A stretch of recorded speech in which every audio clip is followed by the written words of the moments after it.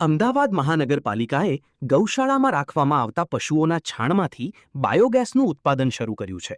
મહાનગરપાલિકાની આ પહેલને કારણે એક તરફ રખડતા પશુઓના વ્યવસ્થાપનમાં મદદ મળી રહી છે, તો બીજી તરફ મહાનગરપાલિકાને ઊર્જા બચત પેટે દર મહિને ₹8 લાખથી વધુનો આર્થિક લાભ થઈ રહ્યો છે.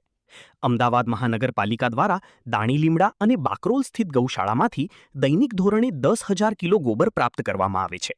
વેસ્ટ ટુ એનર્જીના સિદ્ધાંત પર આધારિત મહાનગરપાલિકાના આ પ્રોજેક્ટથી રસ્તે રખડતા પશુઓની સમસ્યાના ઉકેલમાં મદદ મળી રહી છે, તેમજ પશુઓને સુરક્ષિત આશ્રય, ઘાસચારો અને તબીબી સુવિધા પ્રાપ્ત થઈ રહી છે. મેનેજમેન્ટના જે નિયમો છે એ પ્રમાણે રિડ્યુસ, રીયુઝ અને રિસાયકલ પ્રમાણે આ છાણનો એક રિસોર્સ તરીકે ઉપયોગ કરવા માટે આ એક બાયોગેસ પ્લાન્ટ એ છેલ્લા 1.5 વર્ષથી આ કેમ્પસમાં કાર્યરત કરવામાં આવેલ છે. આ બાયોગેસની ખાસિયત એ છે કે આમાં 32 લાખ જેટલું આ બાયોગેસ પ્લાન્ટની કેપિટલ કોસ્ટ છે અને દૈનિક ધોરણે એમાં 1 ટન કિલો એટલે કે 1,000 કિલો જેટલું છાણ આમાં ઇનપુટ તરીકે નાખવામાં આવે છે.